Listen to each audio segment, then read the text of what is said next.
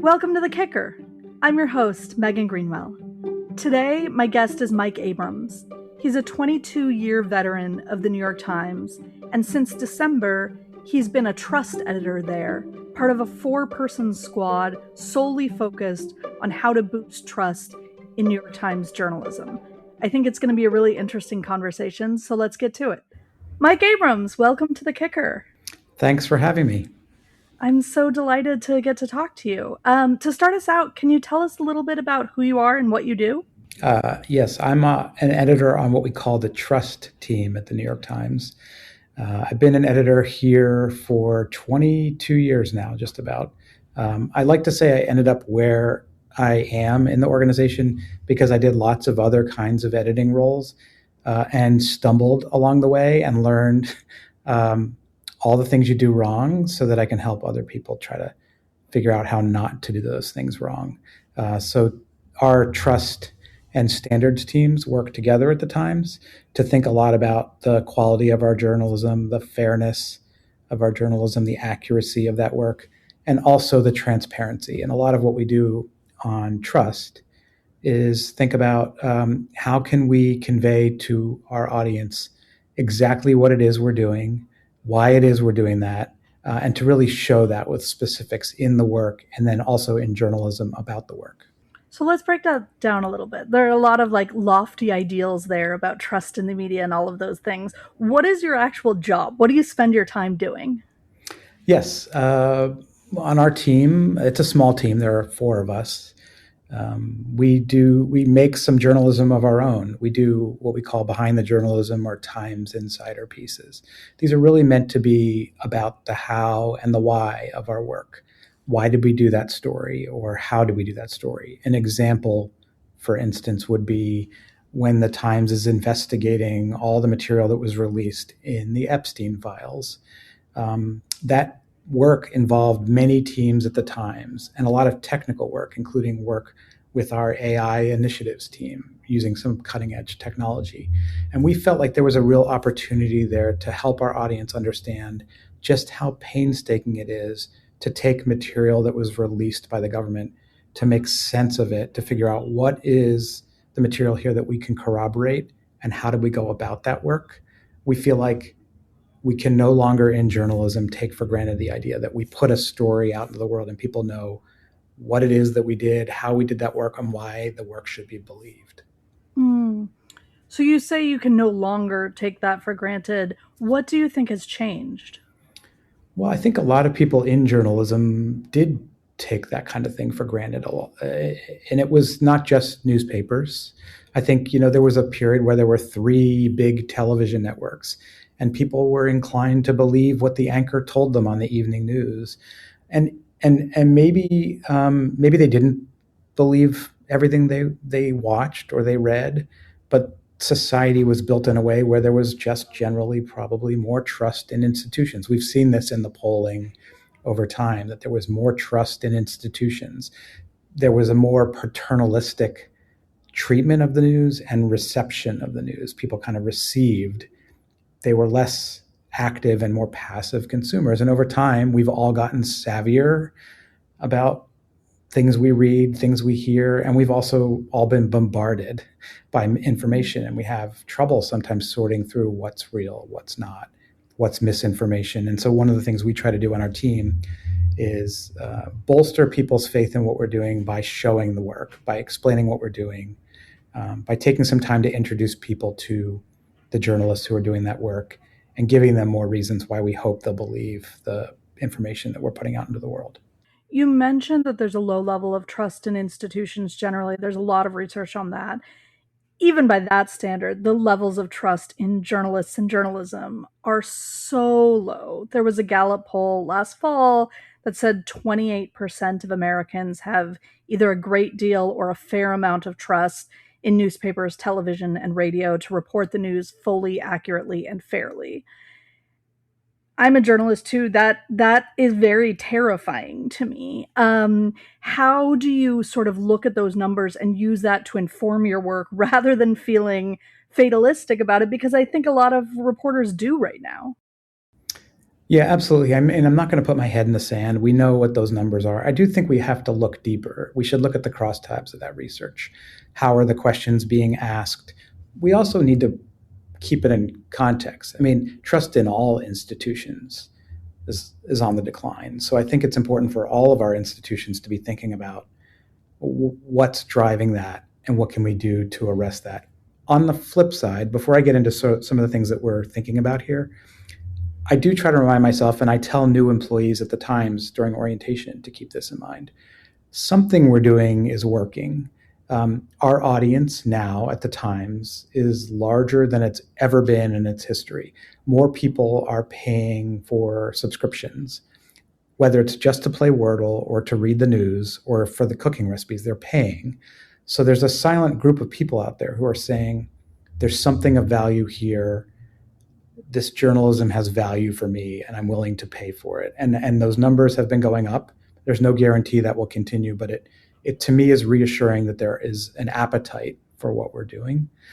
Some of the things that we've done in recent years that we think are valuable in this space, one thing I think we took for granted in the past was we would put a date line on a story, the name of a city, and we assumed people knew that that meant we had a reporter in that country or in that city doing the work. And what our research found is that people don't even necessarily know what the word dateline means. They think maybe it's just about that place.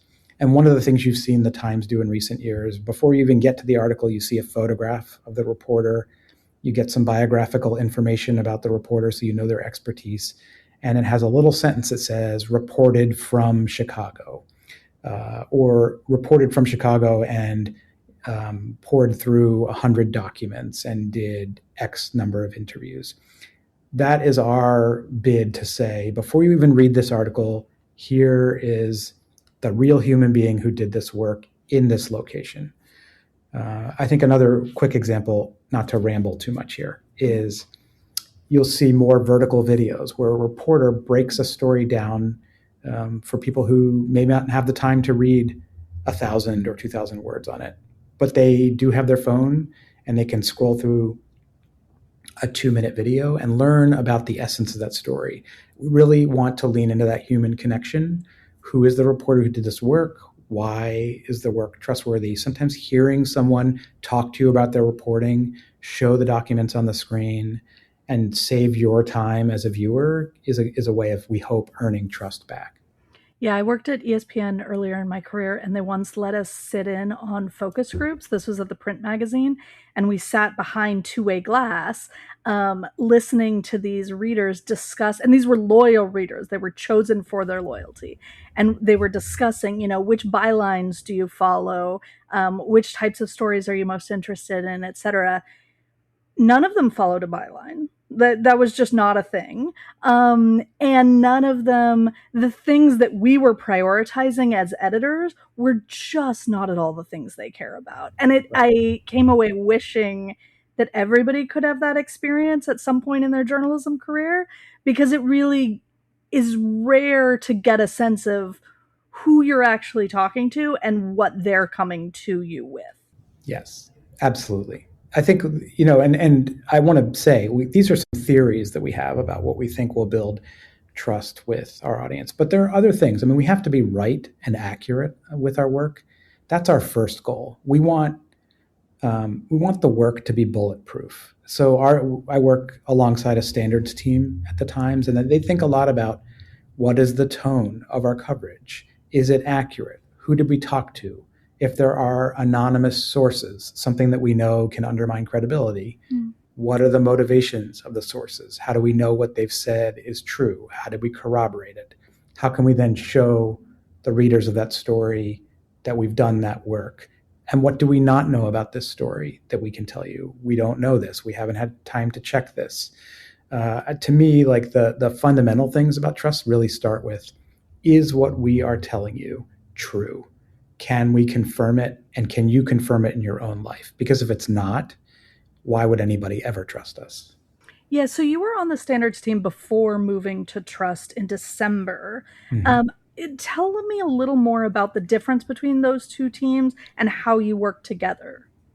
I think primarily when I was on the standards team, we worked a lot on the front end of coverage, meaning before the work was published. So reviewing articles, reviewing headlines, working with reporters and editors on their process, or helping them sort through difficult situations in the reporting. Here's a way you might be able to approach this work. Here's what we should tell readers.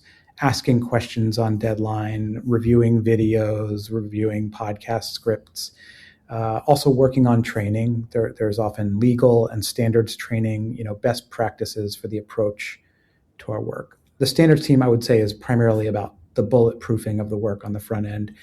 There's also a component of that team that works on corrections. There's a corrections editor who works with editors around our newsroom. We want to be transparent and own up to our mistakes and correct them promptly. We don't want our staff to be defensive about that. We don't want it to just be about typos. We want it to be really wrestling publicly with things that we got wrong and then learning from that. So that's another part of the standards work. The trust work is really more about the how and why of the journalism. And part of that can be on the front end. We can work with a team that does, for instance, a big investigation and say, hey, is there another piece to this package that we could produce? Let's say it's 6 takeaways on your investigation, but could you write that with some first person? How did the reporter do the work? How did you get the documents? How did you do the interviews? How did you get reluctant sources to talk to you? We want to see that work show up in the journalism. So some of what we do is talk with our colleagues around the newsroom about how they can do trustworthy elements to the journalism really clearly in the work. And then part of it is just also working on journalism of our own. So we'll assign, sometimes I've written some pieces myself where I'll interview colleagues about issues that they're wrestling with, judgment calls that they've had to make, so that we can then produce journalism that our audience can learn a little bit more about our process and understand why we did things and how we did them. There's a version of that to a certain, seen in a certain light, sounds like PR, right? Like we're just sort of like showing you who these cool reporters are and all the amazing work they do. And in fact, the Times comms team does do some stuff that is vaguely similar. Tell me about the difference and why this is not just, spotlighting our colleagues' great work. Sure. I mean, I think some of what we're going to be doing is wrestling with mistakes that we've made or challenging decisions we've had to make. Or sometimes it's about explaining journalism that people in our readership think didn't go far enough. And we'll wrestle with, well, where are the boundaries? Where are the guardrails here? I think part of what our team will be doing in the future is also engaging more directly with readers. We want to hear their questions and respond to them, whether it's in the comments on our site or in this coverage. What is your question? What is your concern? And we'll take those questions head on. We really think a lot as the distinction between PR and this as journalism. We are journalists of the newsroom. We don't really care if some of our pieces reflect poorly on some decisions we've made, if we're being honest about the work. And I would say the distinction there is, if you're doing comms or marketing work for the Times, it's clear that the mission there is to defend the Times reputation, to market the Times, to make you excited about it enough to buy a subscription. Our job, we don't have to think about the commercial imperative of that. Our job is really looking at the journalism and how we're wrestling with these challenges. So the Times famously had an ombudsman until it famously got rid of that position in 2017. And some of what I hear you saying is it's a little more like that, engaging with readers, being unafraid to be critical, etc., than it is like comms work. Why you and not just an ombudsman? Or why are you not the ombudsman? Right. Yeah. I mean, I think that's a decision that's well above my pay grade. Sure. I mean, I would say there were, even when the Times had a public editor, there were many readers who were frustrated by coverage in the Times. So it wasn't the panacea that a lot of people think if the Times would only hire another public editor, then all of the problems of the Times would go away. I do think we don't want to recreate that internally. We do want to wrestle with judgment calls and decisions we've made. We do want to hear from readers, respond to readers, show them that we're hearing from them. But we don't view ourselves as like Inspector Javert in the newsroom trying to hunt for the bottom of the barrel of something we failed on, although we will certainly wrestle with challenges that readers raise. We don't view our role as sort of internal affairs for the newsroom. Mm-hmm. Yeah, that makes total sense. You mentioned, talking to colleagues about, despite low levels of trust in media, the Times is doing so well by pretty much any metric, doing better than any news outlet in the country, if not the world. Um, and this may sound like sort of a glib question, but I'm serious. Why do you have to care about trust, right? The Times is doing great. The staff keeps growing, profits are rolling in. Why not just say, not everybody trusts us, but enough people trust us, and we're just going to keep rolling in our millions of dollars? I guess I'd start by saying, I mean, I've been in the business long enough. I've lived through layoffs of friends here and in other places. You're constantly reminded as a journalist that it's a business and that it's a tough business and that you always feel like you're one step from the cliff, no matter where you work. So I don't think we ever take for granted that the Times will always grow or will always be making money. I mean, tough times could be right around the corner. We're all concerned, of course, about what AI could do to all of our careers, to all of what we do. So that's certainly the existential thing hanging over us. But more to your question, I just think it feels like it would be really arrogant to say, we're fat and happy here, we're making tons of money, we're doing a great job, people love us, and we have nothing to fix. We have nothing to talk about. We have nothing to wrestle with. That feels less than introspective. It feels less than honest. We should all want to be better at the jobs that we do. We should want to hear from people who are currently subscribing and people who might one day subscribe. I think we all want to get out of our bubbles and better understand people who have different viewpoints than we do. I mean, what better way to make progress as a society? So I feel like a lot of what we're working on is trying to get beyond the sort of knee-jerk reaction that, oh, people don't understand what we do, and that's okay, because it's not. If our readers or people in the world don't understand what we're doing or don't have trust in what we're doing, that's our problem. That's not the reader's problem. And so I feel like it's our responsibility to address that. I was vaguely aware that trust editors existed at the Times, but the team really came to my attention when I read a Q&A that you did with Mike Isaac and Shara Frankel, who are two tech reporters that I really admire, and their editor. And it was about the process of getting comment from sources. The headline was "Reporters Seek Comment. What happens next may surprise you," which was like a nice Curiosity Gap headline.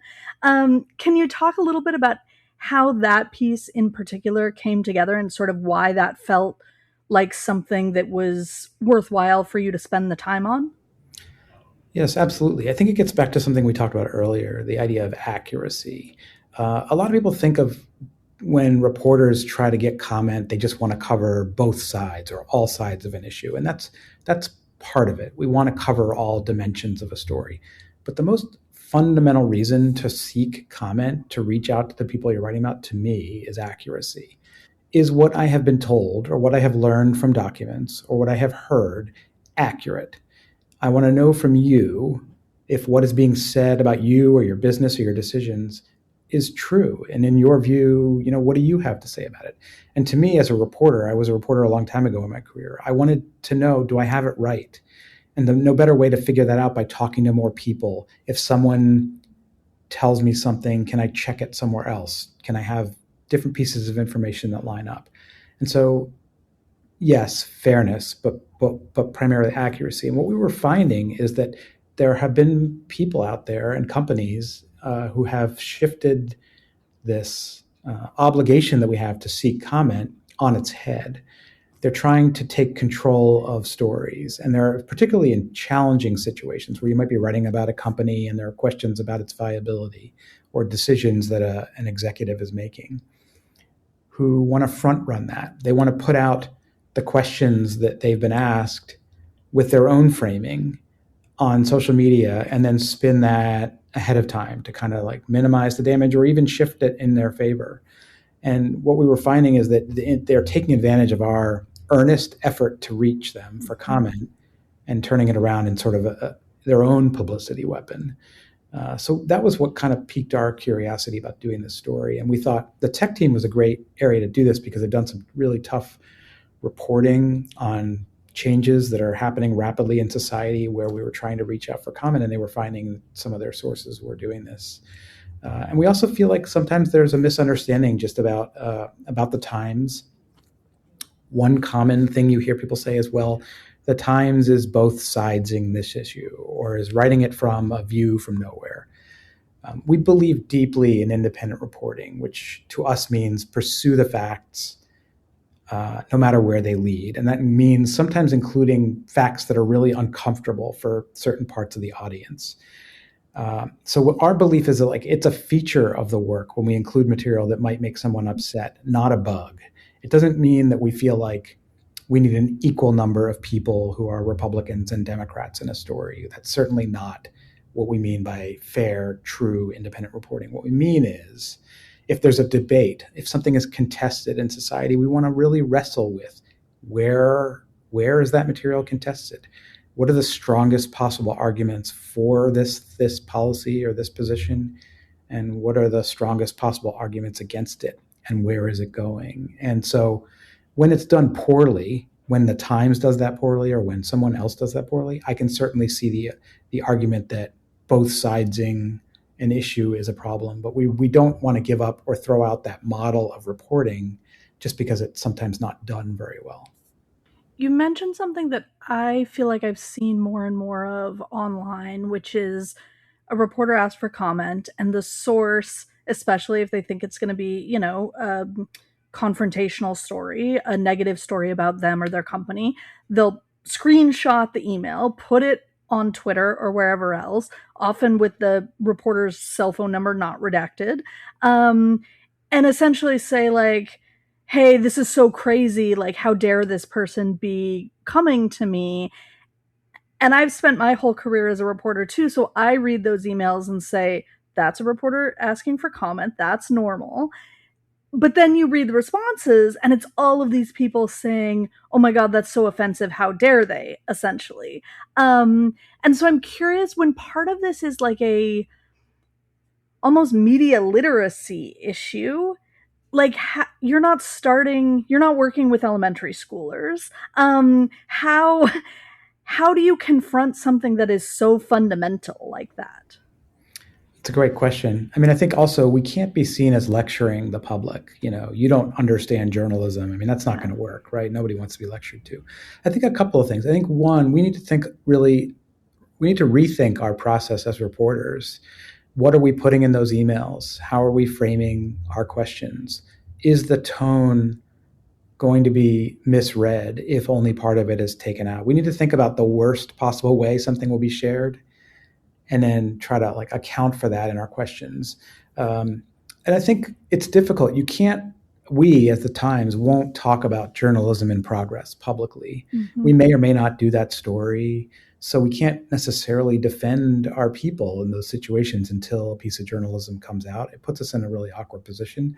But I do think, having a colleague look at that email before you send it to a source can be helpful. A lot of times what you're seeing with these screenshots are what we would call a no surprises email. Mm-hmm. It's often a long process of reporting that's gone on. Maybe there have been phone calls and text messages over many months. And we're finally ready. We feel really solid about the reporting that we have, but we want to make sure that the central person we're writing about or the company is really aware of our key findings. And so that email will lay them out pretty clearly how we're planning to report them. We're certainly 100% open-minded about changing those findings if that source or person comes back with credible information that could change our view of what we've found from our other reporting. But by putting those details out there really clearly, it can look alarming to someone who's not in that conversation with you. It can look like you're playing gotcha, you're out to get them. But really what you're trying to do is give someone a fair chance to respond to the reporting that you found. And for somebody who's sort of an amateur in the process, and I mean amateur not in an insulting way, but somebody who's not in the process, that just can seem really alarming. It can seem mean or mean-spirited, and that really is not our intent. So it seems almost like in those cases, the people you're trying to build trust with are not necessarily even the sources, right? Like if Elon Musk posts one of those emails, Elon Musk probably isn't going to suddenly start loving the New York Times. Like we're probably a little past that. It's almost more for the people who are seeing that screenshot that's been posted on X. Or does that feel right? Well, I wouldn't say we should be writing it for the audience. I mean, I guess what I was saying is you should be careful, assume that it will be leaked, and don't write anything that would be unfair or insulting or rude, because it could be seen by the public. But I think really what you want is you want Elon Musk or whoever the source is, you want them to respond to your questions. You don't want an attack or something that's not germane to the story. You want them to engage with you on the journalism. But we talk in our training, our standards training internally, assume the reader knows everything about your process. Assume the reader knows everything. And what we mean by that is don't assume the reader actually knows everything in the world. What we mean is if the reader knew how you were talking about this story, if the reader saw the emails you were sending to sources and to your colleagues, if the reader saw the notes you were putting in your file, would they be proud of that work? Would they trust it? So in other words, model that behavior in the process. We really want our staff to do the right thing and to be seen doing the right thing. Yeah. From the research you all have done, are there particular communities or groups of people who are special priorities? You know, these are groups that have low trust, and these are priorities for who we want to build trust with? Well, I think our team thinks of this in a couple of ways. One, we want to continue to earn the trust of the people who already subscribe to the Times. So that's a core. We're never going to give up on the people who have already committed to us. But I think we're all interested in expanding our audience. There are people who maybe sample the Times and other major publications. We want there to be a robust environment for this kind of journalism. And so we see that kind of group as they're people who are interested in the news and they just may not be getting it from us regularly. We want to capture their attention. We want them to trust us. And I think then ultimately we would love to reach people who may be really distrustful of us. People change their minds over time. Their lives change. Other influences come into their lives. And we feel like if we continue to chip away at this and we continue to do work that has value for society, that helps people understand the world in meaningful ways, that maybe one day we can reach audiences that seem really distrustful of the Times. And who are those audiences that feel like these are the folks who are most distrustful of the Times right now? I think it's hard to put a political label on that. I think a lot of people would assume that, but I think we have readers from across the political spectrum. So I would put it more of where are people getting their information? I would say audiences that aren't getting it from traditional independent news organizations like the Wall Street Journal, the Atlantic, New Yorker, Washington Post, maybe their hometown paper, or maybe network news or CNN or something like that. I would say people who may be scrolling on social media or are disengaged from the news. I would say there are similarities of people from all walks of life in that category. I think young readers, young viewers are something that all media organizations think about. And so, if people are primarily getting their news from their friends, from WhatsApp, from TikTok, we want to be finding a way to reach them as well. And so it's less like a niche group that could identify by an issue they believe in than people whose habits are in common across the spectrum. Mm-hmm.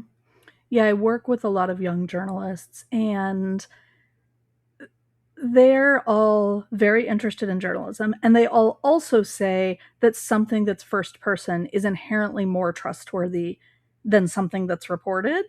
And every summer when they say that to me, it strikes me anew, because they will trust a TikTok that is somebody talking, you know, seemingly openly and honestly about their own experience more than they will, you know, a staid, like New York Times style write up of the same issue, right? And I heard you say earlier in the conversation that, you know, a lot of this, you are trying to do a lot of things that put things in the first person, right? So having people write a companion piece that's in the first person, doing front facing video, even doing Q&As where you're hearing from somebody directly as opposed to them writing a news story.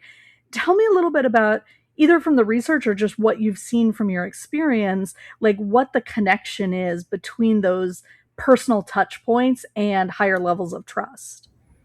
Right. I think it's a great observation. And we all tend to believe people, if they look trustworthy, if we can see their mannerisms, we can see how they're talking about something. It makes us want to believe that. It's really tricky now when you see these AI videos and you sometimes can't tell if it's a person or not.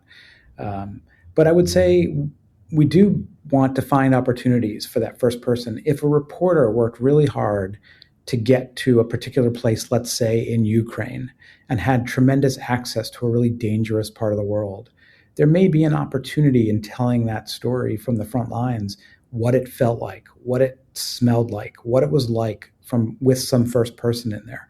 Now, primarily, like, journalists fight this sometimes, right? Because we've been told and we've been trained, we aren't the story, we're telling other people's stories. And we do primarily want to go find the stories out there and tell them.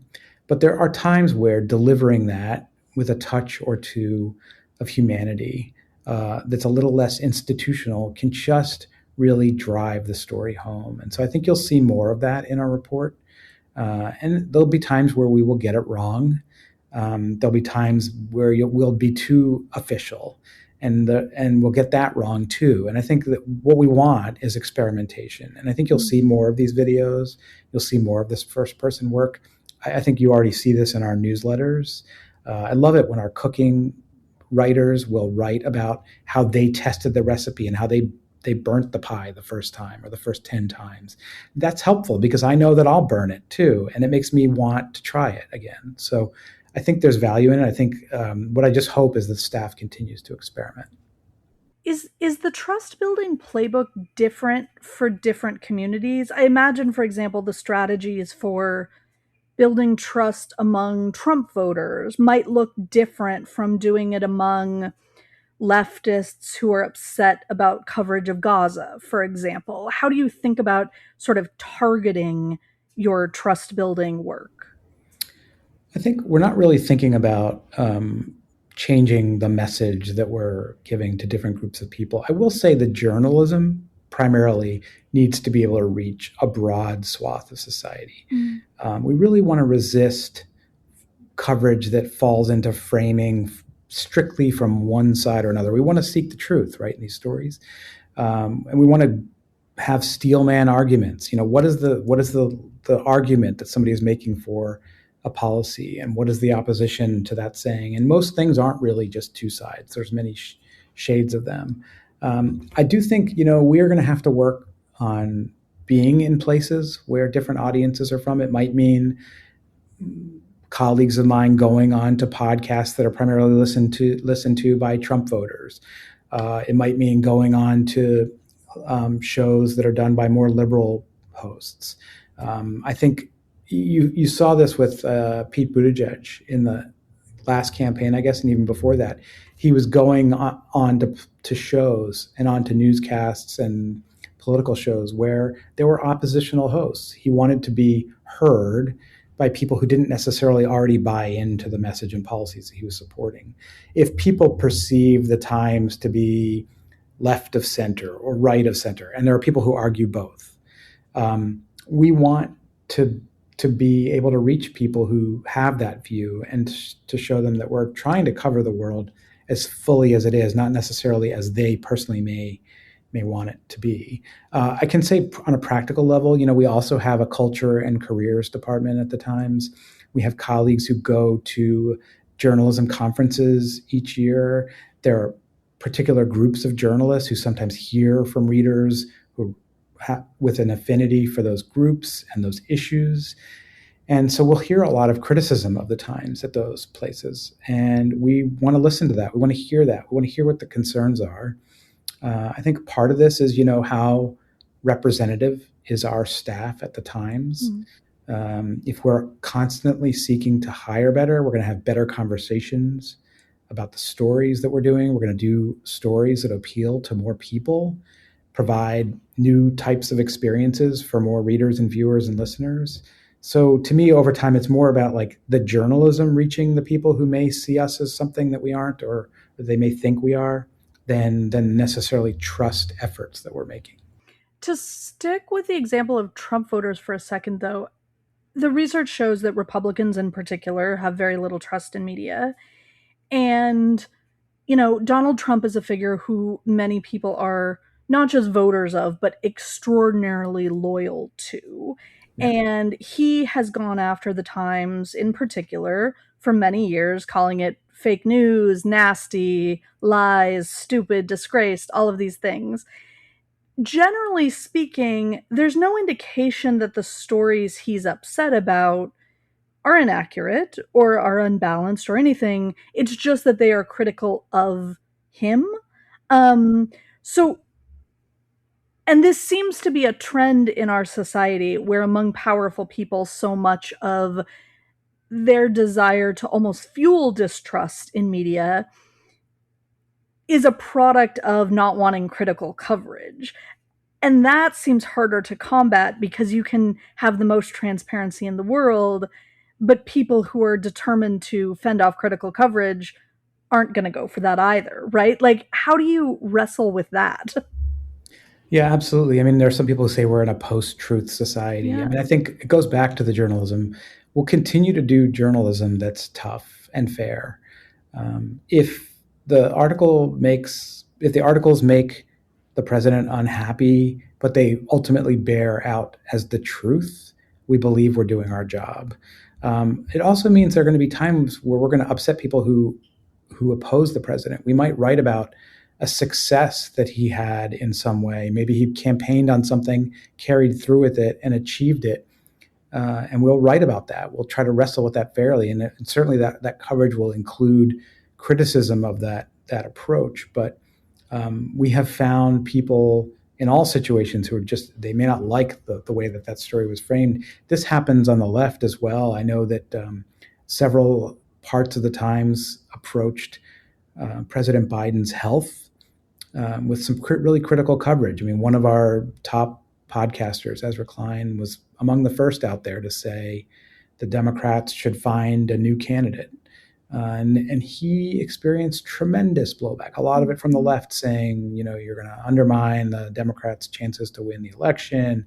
A lot of criticism of that. Later, it turned out, the party did sort of follow the guidance that he had originally said many months earlier. But even our news coverage of the president's health at the time was criticized. People saying, well, you're hurting the cause. They were wanting the Times to be on the side of a cause. The Times has done some tough coverage of President Trump's health. There have been questions about how he's conducting affairs, how he's making his case, some of the things that he's said in public settings that people have questioned just how healthy he is. And there are people who attack that coverage the same way. I mean, I think that the key is we're just going to stick to it. We're going to continue to do it. I mean, I think the president can complain about the Times, but then he'll invite 4 reporters in to talk to him for 4 hours in the Oval Office. So, you take the good with the bad, and you just understand that there's a naturally oppositional relationship between reporters and leaders. And it's not because it's a game. It's just that your job as a journalist is to ask questions. You're representing people out in those rooms. You're asking tough questions, and sometimes the people in charge want their message and only their message to carry the day, and that's not our role. On the other end of the power spectrum, there are groups of marginalized folks who feel like they have been covered unfairly. There's a large and vocal group of trans people who have said they no longer trust the New York Times because of its pretty extensive skeptical coverage of gender affirming care for minors. So how do you think about distrust within vulnerable communities, and sort of how is the newsroom thinking through, who gets to make those calls editorially, and also just how you balance, sure, we want to cover everything, but is there a special responsibility to more marginalized groups? That's a great question. I think an important element of any coverage is to be including the voices of people who are most affected by the thing that you're writing about, whether it's gender affirming care or abortion rights or taxation. I mean, we could give the whole range of issues. I think what's interesting to me about this situation is there were several tough articles that the Times did. There was a magazine article on medical organizations reevaluating or evaluating their guidelines for gender affirming care. This was several years ago. The reporter spent many months on this, talked to many people who were involved in that effort, and then wrote about the medical community debate that was going on. And even that article itself was sort of the first that got heavy criticism, particularly from trans community and allies, trans community members and allies. I looked at that article before publication, after publication. I really do feel like the reporter made a good faith effort to write about what were the organizations setting policy, discussing, who was influencing those decisions, and where was this likely to go. And from an early point in that coverage, you could see that there were other areas worthy of exploration. There were changing numbers and dynamics and demographics of people who were seeking care. There were questions that doctors were asking. There was pressure from the right about this care, whether it should even exist. And there were changes in Europe from how care originally began to how it was evolving.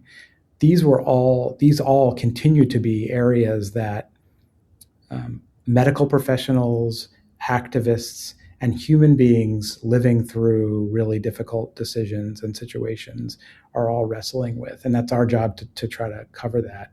I think there are people in vulnerable communities who want their story to be told, and they want anyone who's in opposition to that to be held up as wrong and in the way. And there is a place for robust advocacy journalism. I believe that there should be newsletters, there should be podcasts, there should be major news organizations that drive the issues that they believe deeply in. We don't believe that our newsroom should be taking an advocacy position. We believe that we should be exploring the issues that people are debating, that public bodies are debating, provide readers the information, and then allow voters and the readership to make up their minds about how these issues should be decided. And I think there was just a strongly held belief that by even entertaining opposition to this care, the Times was taking the side of an opposition, and we just don't view that as what we were doing. Part of it too, though, was, I think, maybe a question of who is seen as an expert on an experience versus a subject of that experience. I think this was a couple years ago now, but Media Matters and GLAAD did an analysis where they found that 2/3 of New York Times stories about trans issues didn't quote a trans person.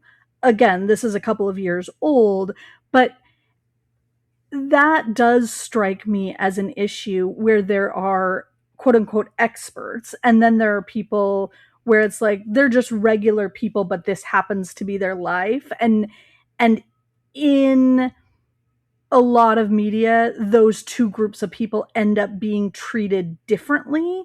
And I'm interested in how you think about that from the perspective of trust, when what you're trying to do is say, look, vulnerable people as well as powerful people, you can trust us. Right. Well, and I'd have to go back and look at all the coverage again. I mean, I don't know. I don't want to vouch for the statistics they provided. I'd have to look at each of the individual sources.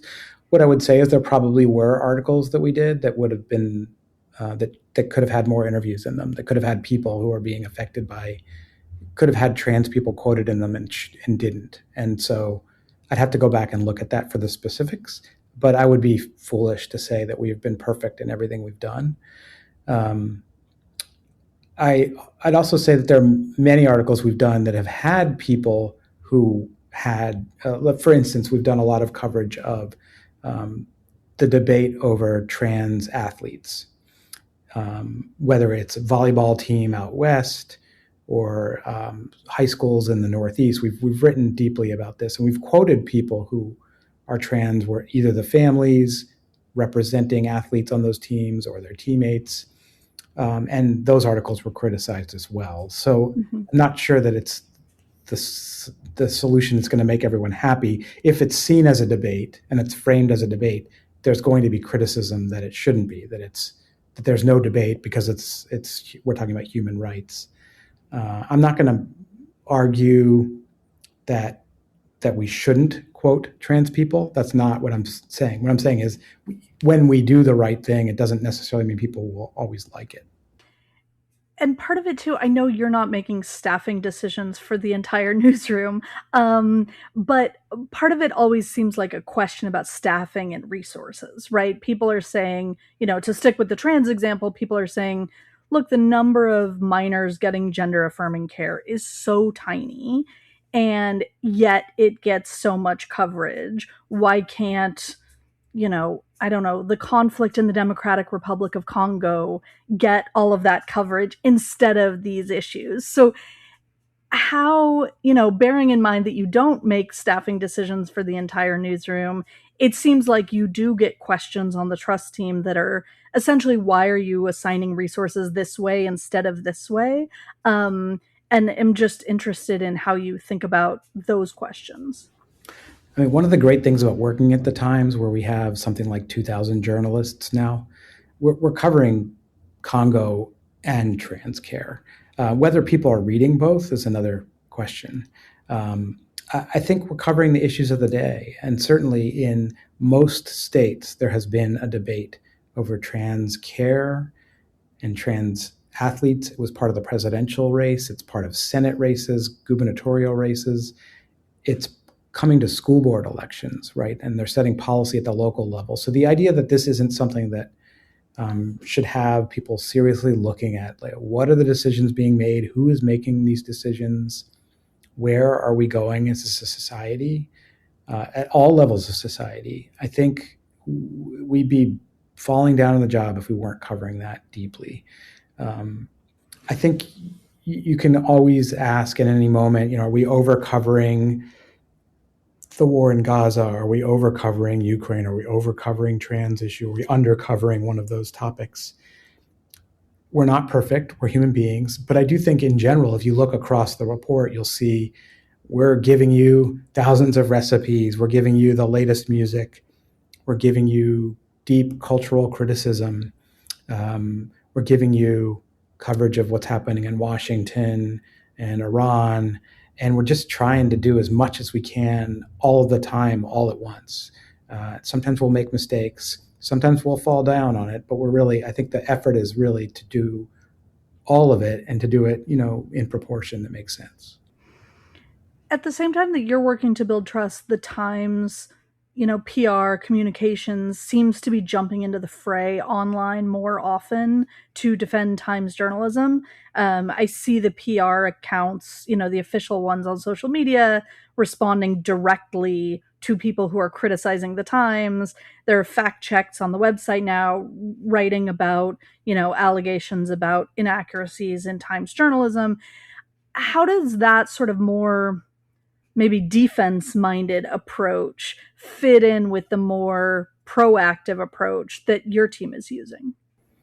That's a good question. And I think you do. We've noticed this. Our staff has noticed this. Our reporters who are attacked notice when the Times stands up and defends their work. It makes them feel like they can continue to do tough work. There was a time in journalism where many of us said, let the story be published and let the chips fall where they may, and you sort of let the story speak for itself. This gets back to that sort of passive consumption, that used to be, I think, the way a lot of media worked. That doesn't work now. I mean, there's a war of ideas going on everywhere all the time. And when people attack our journalism, when we believe what we did was accurate and fair and done appropriately, we want to defend it. So when there's a bad faith attack, when somebody comes after our work or our journalists, fact-based work, when we did the reporting, we have the receipts, we're going to call it like it is. We're going to defend it publicly. And we share those messages internally with our staff, let them know that we did that in case they missed it on social media. And we don't necessarily, it's not about picking fights on Twitter or X, whatever you want to call it. It's, we believe there are a lot of people out there who just sort of scroll and they see these conversations, and we don't want to let bad faith attacks stand unchallenged. We want people to read the journalism, so you'll see that these messages often have a gift link included. We want people to read that article. We want them to see for themselves and make up their own minds. Mm-hmm. Last question. How do you measure whether your efforts to build trust are working? What would you like to see that's different in a year?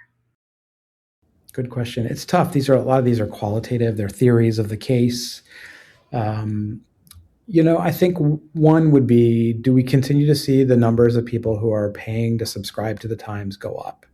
I think the discourse that we see around our journalism, whether it is comments on our site or engagement time on our pieces and on our journalism, do those metrics look good? Do people believe what they're seeing, and can we at least anecdotally see that they're buying what we're selling? That's one thing. I think the other thing is we want, journalists by nature are skeptical. So if our colleagues continue to work with us on these efforts that we're doing and continue to see value in that, and they're hearing from their sources and their readers and their family and friends saying, hey, I read that piece and I saw how you did that work. It was really cool. I didn't know that's how you did that. That kind of feedback is really helpful. And I think then finally, if we start to see that we're gaining new readers, particularly those who maybe never read the Times before, or were part of those audiences that were getting their news in other places or maybe weren't reading news at all, then we're helping grow the business, and we're helping, I hope, arrest that decline in trust in general that's been going on for news media for many years. This, just finally on that, this has been a problem decades in the making, and it will probably, if we're fortunate, be a problem that will take many years to solve. All right. Well, I'll look forward to our check-in next year about what's working and what isn't.